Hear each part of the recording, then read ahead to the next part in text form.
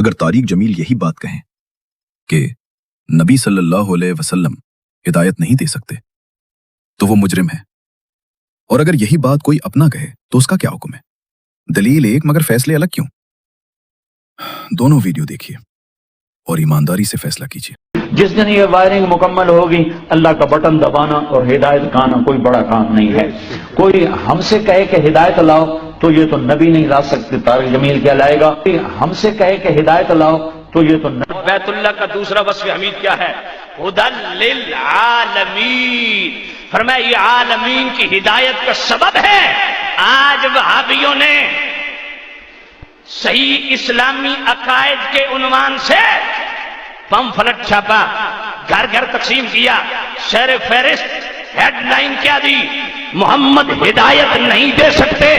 میں نے کہا یہ ہیڈ لائن دینے کی ضرورت کیوں پیش آئی؟ اے محبوب، آپ جس کو چاہو اس کو ہدایت نہیں دے سکتے۔ بے شک ہدایت دینا تو اللہ کا کام ہے، آپ کا کام راستہ بتانے کا ہے، لیکن ہدایت تک پہنچانے کا کام تو اللہ کا ہے۔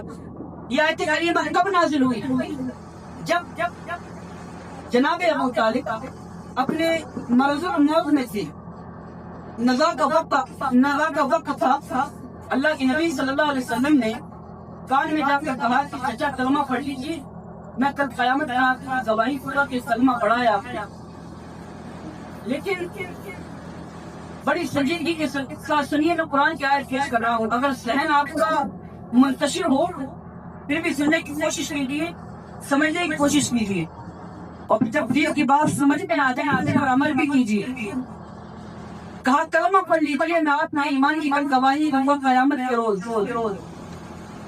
ابو طالب نے کہا بھتیجے، یہ جو کھڑے ہوئے ہیں میرے پاس ارد گرد، ابو جہل جس کو ابو الحکم کہتے تھے مکہ، یہ جو چند لوگ کھڑے ہوئے ہیں، اگر مجھے یہ آر نہ دلاتے میرے مرنے کے بعد، اگر یہ لوگ یہ نہ کہتے کہ ابو طالب نے موت کی سختی سے کلمہ پڑھ لیا، تو بھتیجے کلمہ پڑھ کر تمہاری آنکھیں ٹھنڈی کر دیتا،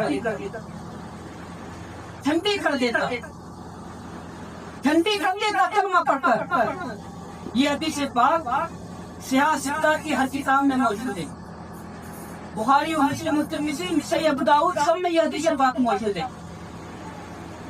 پھر یہ آیت کریمہ نازل ہوئی، انک لا تہدی من احببت ولکن اللہ یہدی من یشاء۔ محبوب رہنے دیجیے، آپ جس کو چاہے ہدایت نہیں کر سکتے، ہدایت کرنا تو اللہ کا کام ہے۔